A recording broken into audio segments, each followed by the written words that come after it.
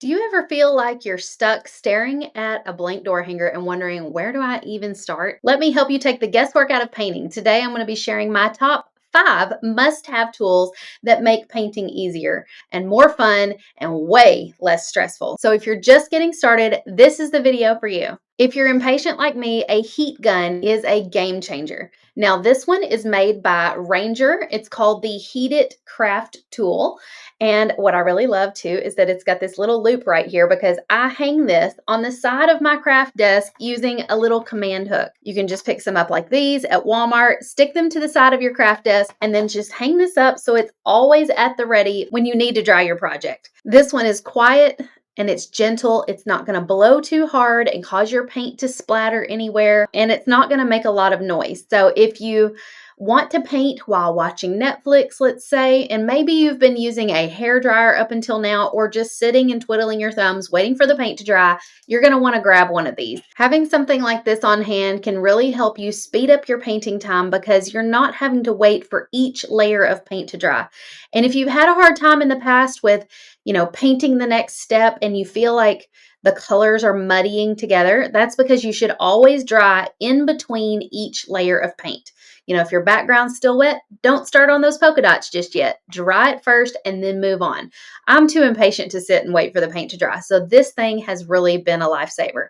Not only can I get things done quickly, but it's nice and quiet. I can continue filming my live video, watching Netflix, whatever it is I'm doing while I'm painting. You can grab this one on Amazon in my favorites. I'll drop the link in the video description for you. Tool number 2, black and white paint pens. Lettering, outline, and those little details can feel really scary to do with a paintbrush if you're a beginner painter.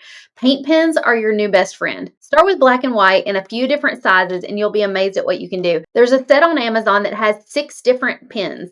There's 3 different sizes. You get 2 big black ones, 2 medium, and 2 fine tip black and white paint pens. And so you're going to get 2 of each in each size. And it's a really great starter pack because that's pretty much all you need when you start out. You don't need a rainbow full of colors. You don't need a bunch of different brands. Posca has been my go-to for years. Not pasta like spaghetti, Posca. Another really great brand is Artistro. Those are also linked in my Amazon favorites, but those don't come in a neat little set with just black and white in 3 different colors. So if you are on a budget and starting out, start with this set. And then once you get a little bit more experienced at painting, you can graduate from the paint marker to a paintbrush for some of those details, and you'll give it a little bit more of a painterly look. With the different sizes, the largest is your big bullet tip. This one is 7M, 5 millimeters. This one is 5 millimeters in size and is really great for those big, chunky outlines. Some door hangers need that. Most do not. It's also really great for big chunky lettering. So you're not going to use this one very often. The next size is your 2.5 millimeter or 5M. That's what Posca calls it. It's what I would consider a medium tip. It's probably your most universally used for outlining things on a door hanger and just adding those little details. The next size down is what I would consider a fine tip marker. It is 1.3 or like 2 millimeters in size, and Posca calls this one a 3M. So this one is really great for fine tip outlining. So if you're working on something that needs lesser detail, maybe you don't want the black outlines to distract from the design, or the design itself is smaller and a medium tip paint pen is going to cause like too thick of a line, then you're going to want this fine tip pen. So it's a 3M size, really great for little details and outlining. Now, black versus white. I'm not going to use white to outline things. I'm probably going to use black, but I will use white for adding little details like highlights on things or just like doodles around the edge of something and just giving it a little bit more pizzazz. Tool number 3, a fine mist spray bottle. You probably weren't expecting this one to be on the list. If you want smoother backgrounds and easier blending, a fine mist spray bottle keeps your paint workable and helps you glide that brush like a pro. I keep this on hand because if I'm painting a background, let's say, for example, I'm painting a wood round and I want to cover the entire thing with white paint. I'm going to put that first coat of white paint on there, and the wood is going to try to soak it up really quickly to the point where I may have a hard time getting that paint to blend, smooth out, and become even without brush strokes. You can usually use a fine mist spray bottle to kind of mist over the surface and allow that paint to glide even more.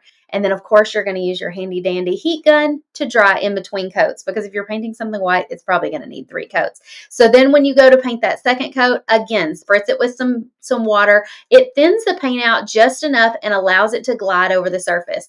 Another use for this, when you become a little bit more advanced, would be for shading. So if you like this ombre background behind the truck behind me here, that was created using a fine mist spray bottle, and it allows me to create that beautiful ombre look.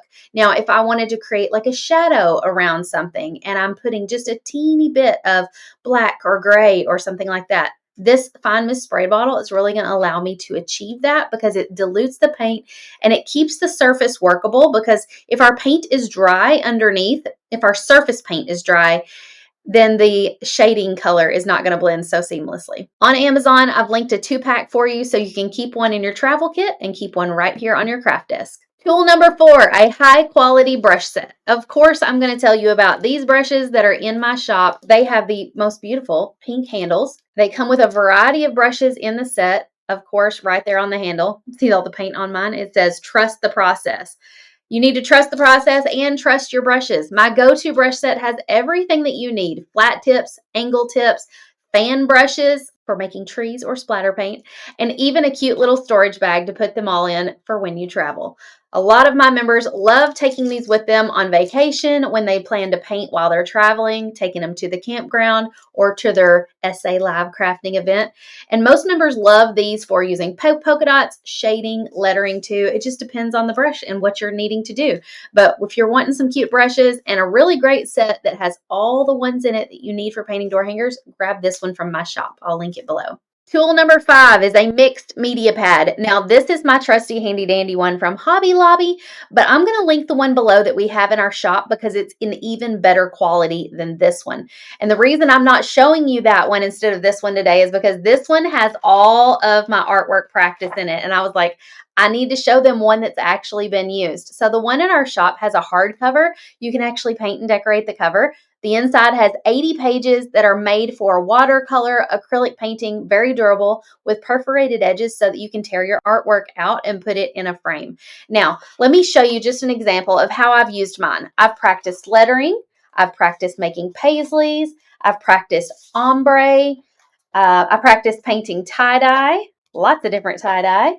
Again, ombre with leopard print on top. If I'm ever thinking, I wonder what that would look like, I practiced it here first before painting it. I even practiced an art tutorial with my friend Christy Hawkins from the Social Easel, and I didn't have a canvas handy, so I painted it on a mixed media pad paper, and I tore it out, and now I can put it in a frame. Here's another fun painting technique, polka dots. I was testing different ways to do mermaid scales. Some I liked, some I didn't. But it's also really nice to be able to look back at this and see it as a reference. Here's where I was testing a new product by Decor. It's a glitter base coat, practicing florals. There's another painting tutorial that I followed. I practiced watercolor. I was just playing with a bunch of new paint products in this one.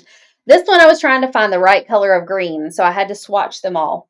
So as you can see, there's lots of different things you can use a mixed media pad for. I love testing new techniques, practicing my lettering, or just following along with a painting tutorial that's supposed to be on canvas.